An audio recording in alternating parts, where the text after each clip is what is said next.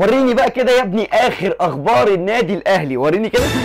يا نهار ازرق، عندنا 3 اخبار حلوين بس في خبر وحش بصراحه. نبتدي بالاخبار الحلوه. رسميا النادي الاهلي وجمهوره بيخلصوا تذاكر مباراه بيراميدز بعد طرحها ب5 دقايق، يعني دي حاجه حلوه. ده معناه ان احنا هنشوف تعداد جماهيري كبير جدا وحشد جماهيري من النادي الاهلي قدام بيراميدز، وده هيخلي الماتش ممتع جدا وان شاء الله يخلي الكفه في صالح النادي الاهلي. الخبر الثاني الحلو بقى وهو عوده محمد هاني. طبعا الناس كلها قالت ان محمد هاني توقف، فرصه بقى عمر كمال يلعب ومحمد هاني يريح شويه، ولكن بعد ما شفنا اداء عمر كمال الماتش اللي فات، لا محمد هاني يرجع يلعب اساسي عادي في مكانه مش مشكله، وعمر كمال يبقى ياخد فرصه بعدين، يعني بسبب ان اداء عمر كمال كان وحش جدا، ومحمد هاني ان شاء الله ربنا يكرمه ويلعب ماتش بيراميدز ده كويس كانه بيلعب زي في كاس العالم ولا حاجه. الخبر الثالث بقى هيفرح جمهور النادي الاهلي لان ده اهم خبر، وهو رسميا عوده امام عاشور لقائمه النادي الاهلي لمباراه بيراميدز، وان امام عاشور خف بنسبه 100%. الالتئام